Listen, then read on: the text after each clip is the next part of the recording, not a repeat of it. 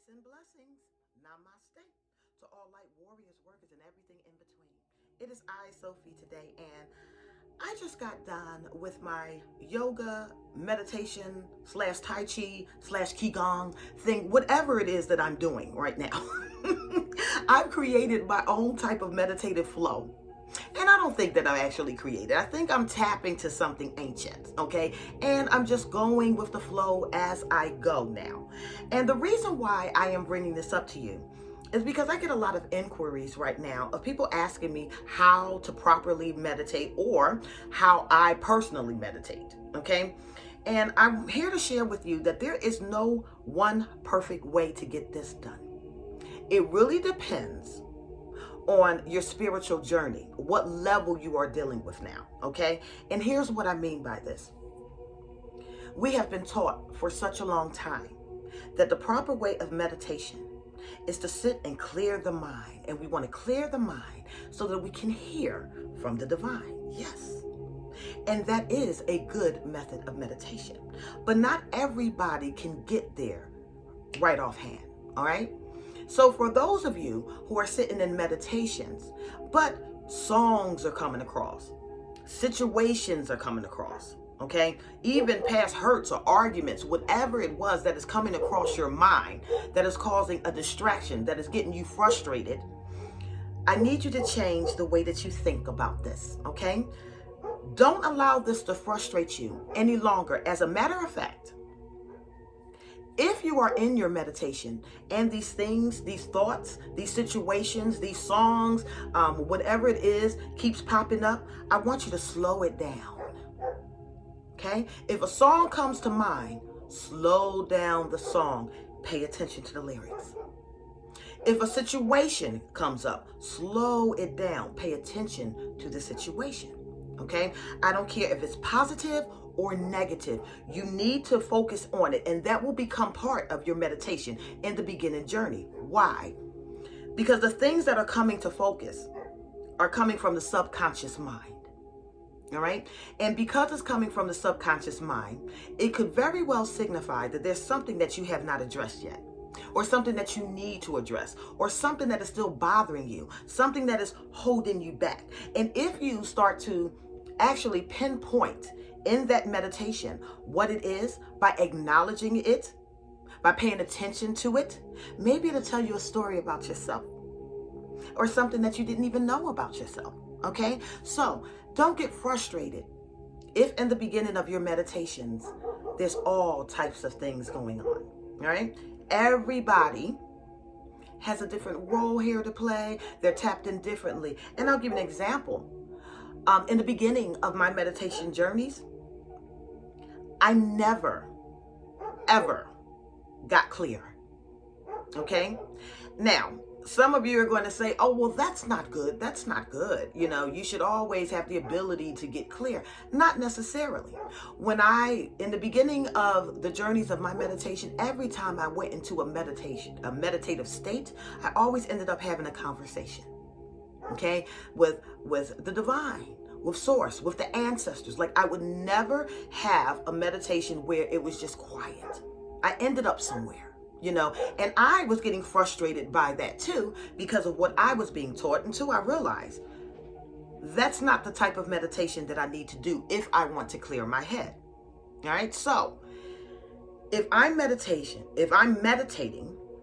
and I'm constantly having conversations or tapping into a different frequency or the collective consciousness, but I want my mind to be silent or still, then the meditation that I would use to do that is with movement.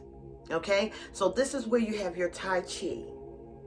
Okay? This is where you have your Qigong, breathing exercises. Okay? This is where we are learning how to balance mudras, okay? Bringing ether energy into our bodies and chi flow outwards, all right? And if you start to meditate with movement, then you can get into that clear, quiet space, all right? And this is not for everyone, of course. I mean, some people can quiet their mind, but others, you're having a harder time. All right. So I would suggest to you, if you're one of the ones that meditate and always end up talking or connecting with spirit or connecting with the collective in some kind of way, and you can't get quiet during that meditation, then use movement meditation. Movement, right? Movement. Breathing. Okay, and you can create your own, or you can go to YouTube videos and learn how to do Qigong or how to do Tai Chi, but that will bring you into that serenity space that you need. Right? And for those of you who are still struggling with the attention, the music, the this, that, and the third, or the scrambled mind that might be all over the place, in that moment, pay attention to it. Do not ignore it. Pay attention to the thoughts that are coming to your forefront. Pay attention to it, okay? It's something there. It's something there.